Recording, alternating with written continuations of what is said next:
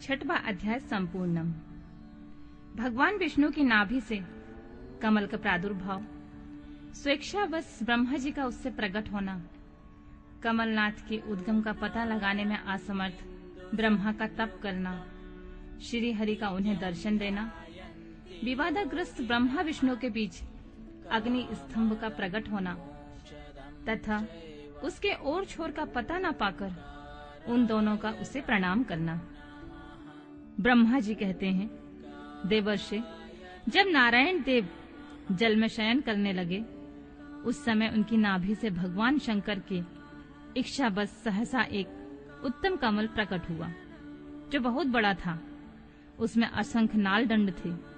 उसकी कांति कनेर के फूल के समान पीले रंग की थी और उसकी लंबाई और ऊंचाई भी अनंत योजन थी। वह कमल करोड़ों सूर्यों के समान प्रकाशित हो रहा था। सुंदर होने के साथ ही संपूर्ण तत्वों से भी युक्त था और अनंत अद्भुत परम रमणीय, दर्शन के योग्य तथा सबसे उत्तम था। तत्पश्चात कल्याणकारी परमेश्वर साम्य सदाशिव ने पूर्वव्रत प्रयत्न करके मुझे अपने दाहिने अंग से उत्पन्न किया।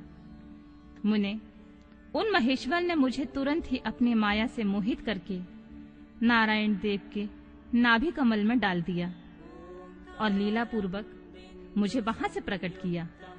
इस प्रकार उस कमल से पुत्र के रूप में मुझ हिरण्यगर्भ का जन्म हुआ। मेरे 4 मुख हुए और शरीर की कांति लाल हुई। मेरे मस्तक त्रिपुंड की रेखाओं से अंकित थे। तात भगवान शिव की माया से मोहित होने के कारण मेरी ज्ञान शक्ति इतनी दुर्बल हो रही थी कि मैंने उस कमल के सिवा किसी दूसरे को अपने शरीर का जनक या पिता नहीं जाना।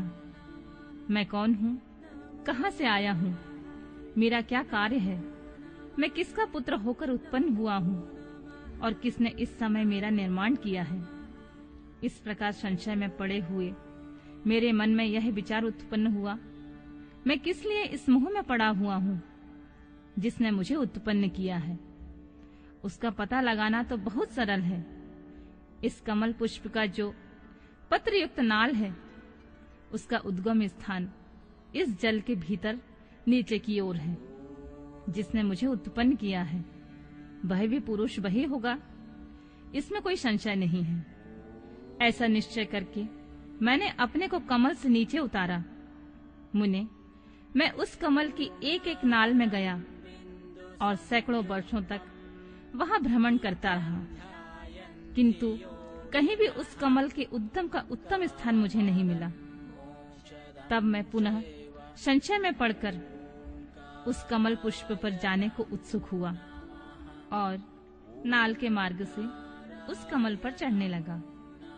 इस तरह बहुत ऊपर जाने पर भी मैं उस कमल के कोश को ना पा सका।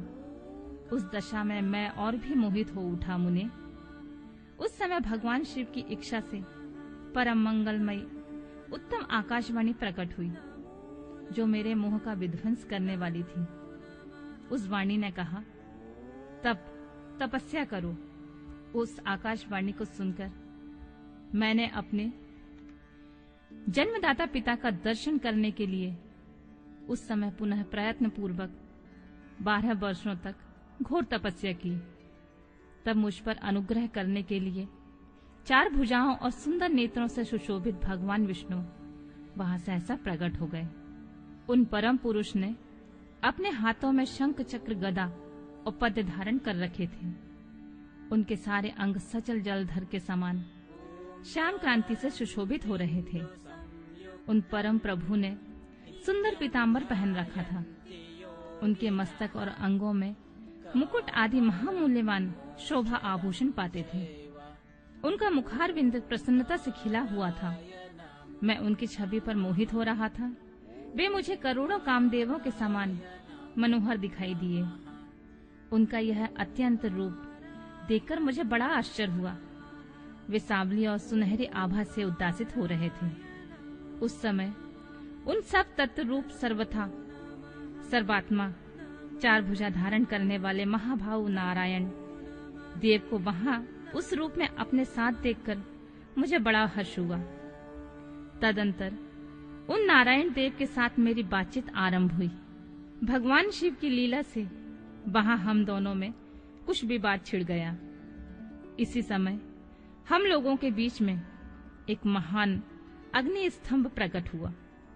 मैंने और श्री विष्णु ने क्रमशः ऊपर से और नीचे जाकर उसके आदि अंत का पता लगाने के लिए बड़ा प्रयत्न किया, परंतु इसमें कहीं उसका ओर छोर नहीं मिला। मैं थककर ऊपर से नीचे लौट आया और भगवान विष्णु भी उसी तरह नीचे से ऊपर आकर मुझसे मिले।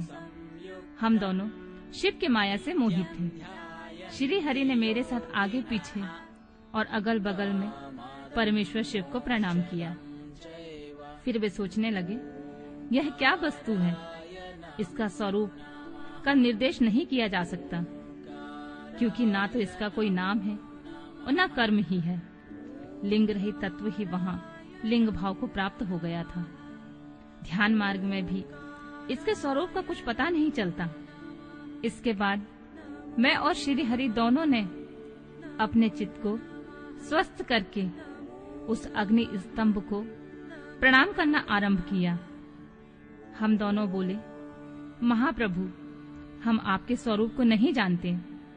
आप जो कोई भी क्यों ना हो, आपको हमारा नमस्कार।